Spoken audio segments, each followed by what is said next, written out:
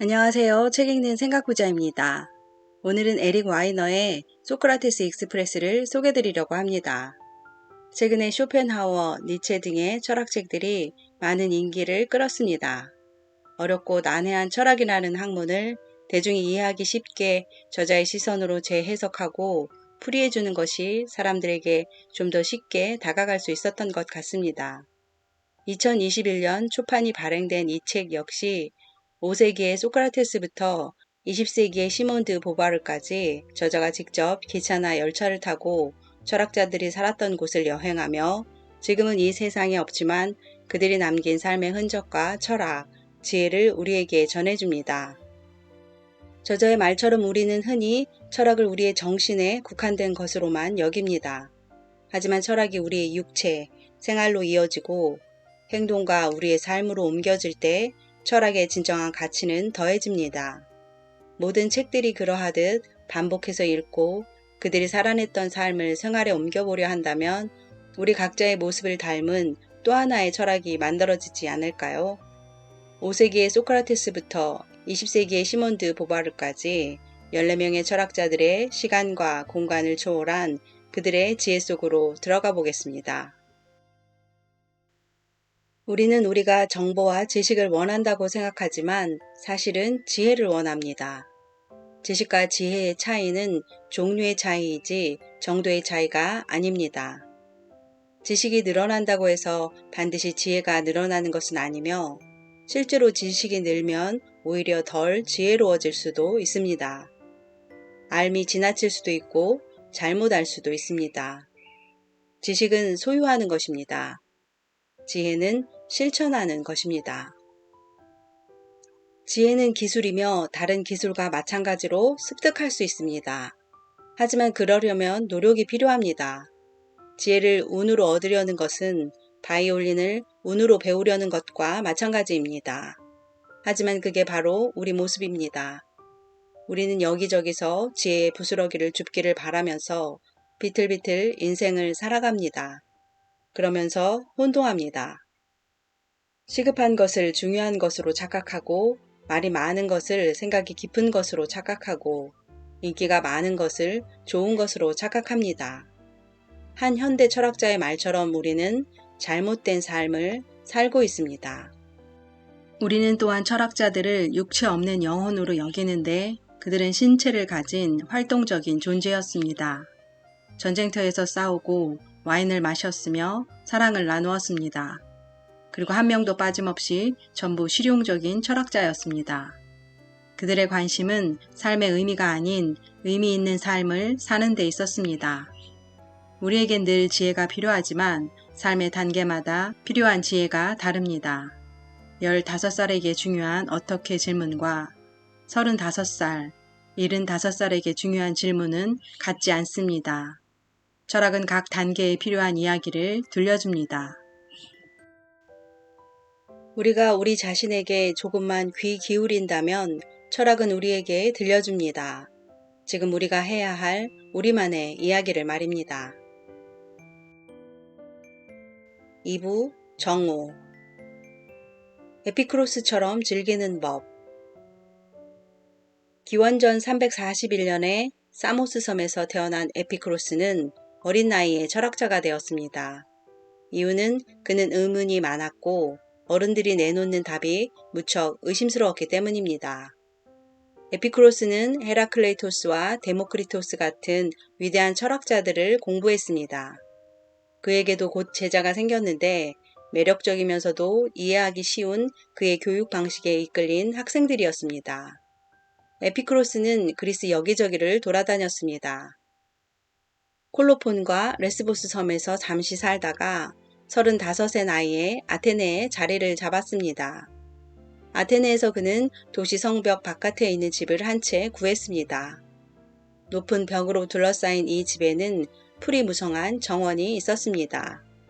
에피크로스는 학교와 공동체를 세우기에 완벽한 곳이라고 생각했습니다. 즉시 인기를 끌게 된 그 공간은 결국 케포스, 즉 정원이라는 단순한 이름으로 널리 알려졌습니다. 정원과 철학은 서로 잘 어울립니다. 프랑스 계몽주의 총화였던 볼테르는 우리는 반드시 자신만의 정원을 가꾸어야 한다 라고 말했습니다. 정원은 관리자가 필요합니다. 우리의 생각도 마찬가지입니다. 뒷마당에서 빈둥거리는 사람이 정원사가 아니듯 생각한다고 다 철학자인 것은 아닙니다. 정원일과 철학은 둘 다 어린아이의 관대한 즐거움이 수반된 어른의 절제된 헌신을 필요로 합니다. 정원사는 자연과 협력합니다. 볼테르의 말처럼 자연을 보기 좋게 장식합니다.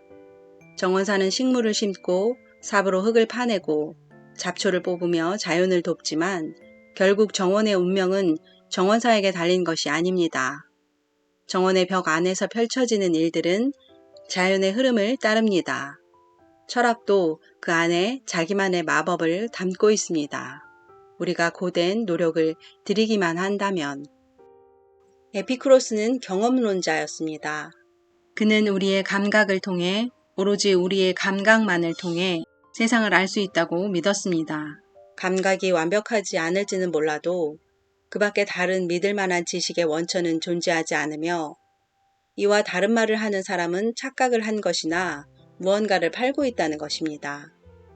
에피쿠로스는 자신의 감각을 갈고 닦았습니다. 그는 인간 행동의 훌륭한 관찰자였습니다. 그는 아테네인을 관찰했고 어느 곳에서나 충분히 가진 사람들을 보았습니다. 충분한 음식, 충분한 돈, 충분한 문화. 그런데 왜 그들은 행복하지 않을까요? 에피쿠로스는 의사가 원인 불명의 증상이 있는 환자를 대하듯 이 미스터리에 접근했습니다. 그는 철학이란 모름지기 영혼을 위한 약처럼 나눠져야 한다고 말했습니다. 에피쿠로스의 4가지 주요 원칙은 4가지 치료법이라는 뜻의 테트라파르마코스라는 이름으로 알려져 있습니다. 약처럼 철학도 일정한 간격을 두고 처방된 양을 섭취해야 합니다. 약처럼 철학도 부작용이 있을 수 있습니다. 어지러움, 방향감각 상실, 그리고 때때로 조증, 사파까지. 이런 의학적 접근은 우연이 아니었습니다. 에피쿠로스가 살았던 시기는 치료 용도의 철학이 절정에 달한 시기였습니다. 헬레니즘 시대라고 불리는 그 시기의 사람들은 오늘날 배우자나 통신사를 고를 때처럼 열정적이고 신중하게 철학 학파를 골랐습니다. 리스크는 컸습니다. 프린스턴 대학과 스탠퍼드 대학 사이에서 하나를 고르는 게 아니었습니다.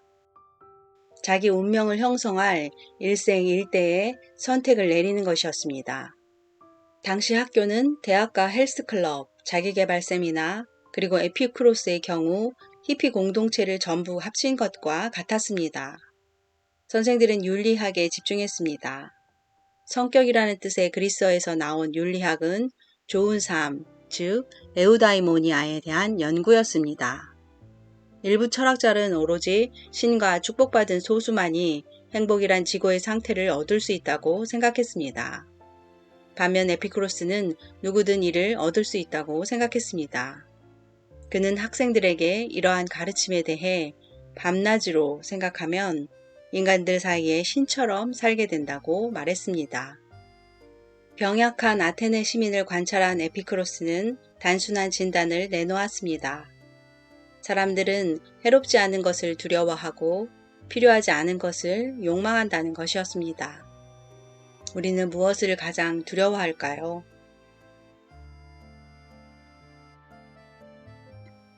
삼부 황혼, 에픽테토스처럼 역경에 대처하는 법.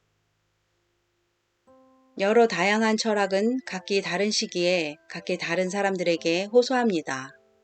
서로의 저항 정신은 10대의 마음을 끕니다. 니체의 불꽃 같은 강렬한 아포리즘은 젊은이들을 끌어들입니다. 자유를 강조하는 실존주의는 중년의 마음을 사로잡습니다. 스토아 철학은 나이 든 사람을 위한 철학입니다. 몇 번의 전투를 이겨내고 패배도 몇 번 해보고 상실도 경험해본 이들을 위한 철학입니다. 크고 작은 인생 역경의 시기를 위한 철학입니다. 스토아학파를 낳은 철학자 디오게네스는 철학에서 무엇을 배웠냐는 질문에 이렇게 답합니다. 모든 행운에 준비되는 법. 믿기 힘들게도 난파된 배에서 시작된 스토아 철학은 고대 그리스 대격변 시기에 탄생해 로마 제국이라는 혼란스러운 세상에서 크게 번성했습니다. 유명한 스토아 철학자들은 대개 망명하거나 처형되거나 불구가 되거나 조롱당했습니다. 하지만 마르크스 아우렐리우스가 보여주듯 스토아 철학자들은 큰 성공을 거두기도 했습니다. 스토아 철학을 지지하는 최근 인물 중에는 전쟁 영웅과 대통령도 있습니다. 스토아 철학의 흐름은 미국 역사를 관통합니다. 조지 워싱턴과 존 애덤스를 포함한 건국의 아버지들에게서 시작해 프랭클린 루즈벨트는 우리가 두려워해야 할 유일한 것은 바로 두려움 그 자체라는 스토아 사상의 정수를 드러내는 유명한 말을 남겼으며, 빌 클린턴은 마르쿠스의 명상록을 지혜가 가득한 경이로운 작품으로 여기고 가장 사랑하는 책으로 삼았습니다. 지혜는 모두가 알지만 아무도 그 뜻을 정의 내리지 못하는 단어입니다. 심리학자들은 지혜의 정의에 대해 수십 년간 합의를 이루지 못했습니다. 1980년대 일련의 연구자들이 최종 합의를 보기 위해 베를린에 있는 막스 플랑크 인간 발달과 교육 연구소에 모였습니다. 이 베를린 지혜 프로젝트는 지혜를 규정하는 5가지 기준을 제시했습니다. 사실적 지식, 절차적 지식, 인생 전체에 걸친 맥락주의, 가치 상대주의, 불확실성을 관리하는 능력이 그것입니다. 나는 그 중에서도 마지막 기준이 가장 중요하다고 생각합니다. 우리는 삶의 불확실성과 혼란을 관리해 주겠다고 약속하는 알고리즘과 인공지능의 시대를 살아갑니다. 하지만 알고리즘과 인공지능은 그 약속을 지키지 못하고 있습니다. 오히려 그 어느 때보다 더 예측 불가능하고 혼란스럽게 느껴집니다. 스토아 철학은 이 지점에서 빛을 발합니다. 스토아 철학의 핵심 교리, 바꿀 수 있는 것을 바꾸고 바꿀 수 없는 것은 받아들여라는 격동의 시기에 더욱 매력을 뽐냅니다. 나는 마르쿠스의 책을 읽었기에 이 사실을 알고 있었습니다. 하지만 이 철학이 얼마나 많은 것을 요구하는지, 그리고 얼마나 즐거운지는 알지 못했습니다. 에픽테토스는 기원 후 55년에 오늘날 터키 지역에서 노예로 태어났습니다. 로마 황제의 고문이었던 에픽테토스의 주인은 그를 때렸습니다. 에픽테토스는 태연하게 고통을 참았습니다. 에픽테토스의 주인이 그의 다리를 비틀며 고문하기 시작했습니다. 계속 그렇게 하면 다리가 부러질 겁니다. 에픽테토스가 차분하게 말했습니다. 주인은 계속해서 다리를 비틀었고 결국 다리가 부러졌습니다. 에픽테토스가 몸이 건조하게 말했습니다. 다리가 부러질 거라고 내가 말하지 않았습니까? 그때부터 에픽테토스는 평생 다리를 절었습니다. 결국 노예에서 해방된 에픽테토스는 로마로 건너가 철학을 공부했고 곧 헌신적이고 실력 좋은 선생이라는 평판을 얻었습니다. 93년 도미티아누스 황제가 로마에서 모든 철학자를 추방하라는 명령을 내리자 에픽테토스는 그리스 서부의 번성한 해안 도시인 니코폴리스로 이동했습니다. 에픽테토스는 소크라테스를 존경했고 많은 면에서 그를 모방했습니다.